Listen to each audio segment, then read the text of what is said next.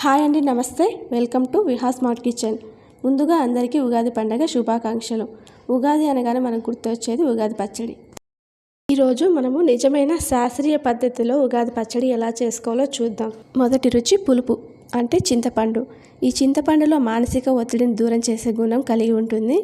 ఈ చింతపండు మామిడి ముక్కలతో కలిసి తీసుకోవడం వల్ల జీర్ణశక్తి మెరుగుపడుతుంది.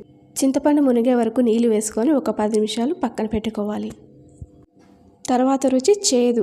ఈ చేదులో వ్యాధి నిరోధక శక్తి అధికంగా ఉంటుంది. అలాగే రక్తాన్ని శుద్ధి చేసే గుణం ఇందులో ఉంటుంది.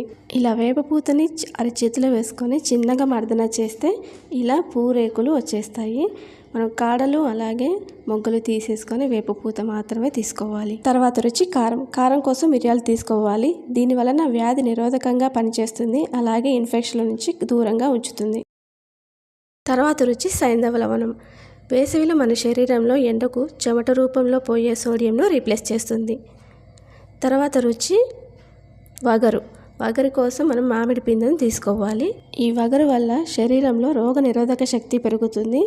అలాగే ఎలాంటి చర్మ వ్యాధులు రాకుండా కాపాడుతుంది. ఎండలో మన శరీరం డీహైడ్రేట్ అవ్వకుండా కూడా ఈ వగరు అనేది మనకు రక్షణ ఇస్తుంది. ఈ పులుపు సరిపోతుందని మనం చేసుకునే ప్రసాదానికి. తర్వాత ఒక గిన్నెలో మనము చింతపండును పిసికి రసాన్ని తీసుకున్నాం కదా, అది ఒక గిన్నెలో వేసుకుందాం. ఇందులోనే మామిడి పిందెల ముక్కలు వేసుకుందాం. తర్వాత రుచి తీపి. తీపి కోసం మనం బెల్లం తీసుకుంటాము.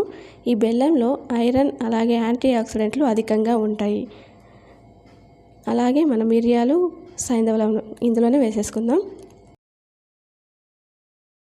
తర్వాత మనం వేపపూత వేసుకుందాం.